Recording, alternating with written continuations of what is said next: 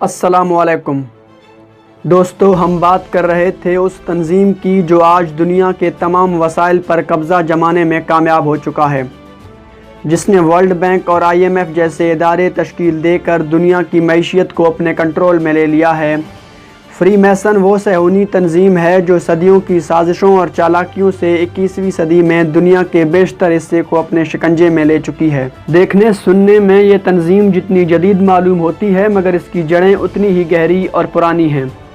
اس تنظیم کا باقاعدہ وجود میں آنے کی کوئی بھی ڈیٹ تو کسی تاریخ دان نے نہیں لکھی، مگر اس کا ظہور سب سے پہلے صلیبی جنگوں کے دوران ہوا۔ اس وقت یہ تنظیم نائٹ ٹیمپلرز کے نام سے سامنے آئی۔ 1035 عیسوی میں جب عیسائیوں کے سربراہ پوپ نے مسلمانوں کے خلاف مذہبی جنگوں یعنی صلیبی جنگوں کا آغاز کیا،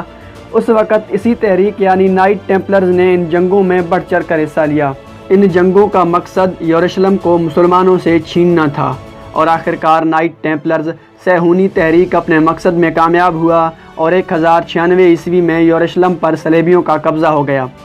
بیت المقدس میں مسلمانوں کے لاشوں کے انبار لگانے، عیسائیوں کو یروشلم پر حملہ آور ہونے پر اکسانے اور تاریخ کے پنوں کو مسلمانوں کے خون سے رنگنے میں چند ایسے لوگ پیش تھے جو عیسائی فوج سے تو ہٹ کر دکھائی دیتے تھے مگر خود کو عیسائی ظاہر کرتے تھے،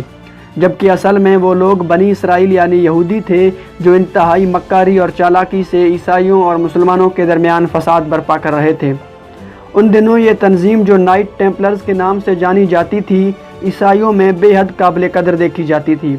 اس لیے عیسائیوں کے یروشلم پر قبضہ کرنے کے بعد اسی تنظیم نائٹ ٹیمپلرز نے مسجد اقصیٰ اور ٹیمپل آف سولومون پر قبضہ کیا اور آہستہ آہستہ اپنی اصل حالت یعنی یہودی ظاہر ہونے لگے۔ بالآخر عیسائیوں کو پتہ لگ ہی گیا کہ نائٹ ٹیمپلرز اصل میں یہودی ہی ہیں، اور اس لیے سن 1314 عیسوی میں اس وقت کے پوپ کے حکم سے نائٹ ٹیمپلرز کے سربراہ کو پھانسی دی گئی اور باقی نائٹ ٹیمپلرز کو ختم کرنا شروع کر دیا گیا۔ یہ صورتحال دیکھ کر یہودی ٹیمپلرز یروشلم سے نکل کر اسکاٹ لینڈ چلے گئے۔ یہ اس وقت کی بات ہے جب اسکاٹ لینڈ انگلینڈ سے آزادی کی جنگ لڑ رہا تھا۔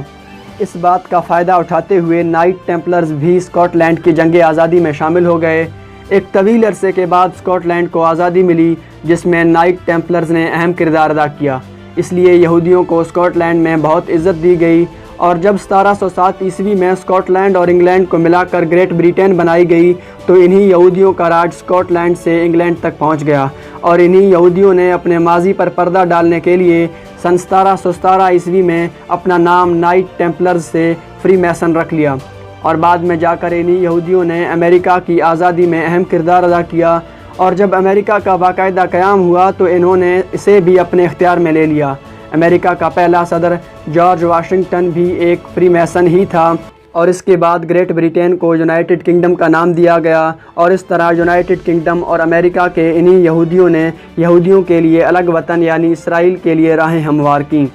اور اس طرح اسرائیل کا قیام ممکن ہوا۔ اس تنظیم کا اصل مقصد پوری دنیا کو اپنے قابو میں کرنا تھا، اس لیے اس تحریک نے نہایت ہی چالاکی سے دنیا کی معیشت یعنی بینکوں اور دیگر صنعتی سرگرمیوں پر قبضہ جما کر پوری دنیا کو اپنے مٹھی میں لے لیا۔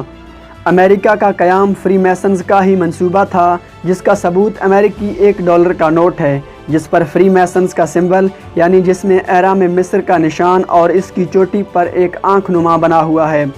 حالانکہ امریکی عیسائیوں کا تو مصر کی تاریخ سے کوئی واسطہ نہیں، اور اس ایک آنکھ کے متعلق امریکی عیسائی کہتے ہیں کہ اس کا مطلب ہے کہ ہمارا خدا ہمیں دیکھ رہا ہے،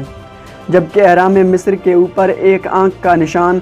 فری میسنز کا ہی نشان ہے، کیونکہ یہودیوں کا ماننا ہے کہ اہرام مصر میں مصر کے بڑے بڑے فرعون یعنی گزرے ہوئے حاکم دفن ہیں، اور ایک آنکھ سے مراد یہودیوں کا قائد یعنی ایک آنکھ والا دجال ہے جو آنے والے وقت میں ان کی رہنمائی کے لیے آئے گا۔ ان کی تنظیم کا یہ نشان ہی ظاہر کرتا ہے کہ یہ دجال کے لیے دنیا میں راہیں ہموار کر رہے ہیں۔ اس تنظیم کی سب سے بڑی طاقت وہ عیسائی اور غیر یہودی افراد ہیں جنہیں علم ہی نہیں ہوتا کہ وہ کس کے لیے کام کر رہے ہیں۔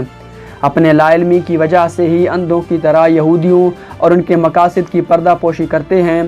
تو دوستو، یہ تھی دنیا کے سب سے خطرناک خفیہ تنظیم فری میسنز کی حقیقت، اور اس طرح کے مزید انفارمیٹیو ویڈیوز دیکھنے کے لیے ہمارے چینل کو سبسکرائب کریں اور بیل آئیکن کو ضرور دبائیں۔ اور آخر میں اللہ تعالیٰ سے دعا ہے کہ اللہ ہر مسلمان کو شر اور اس طرح کے فتنوں سے محفوظ رکھے، آمین بجائے۔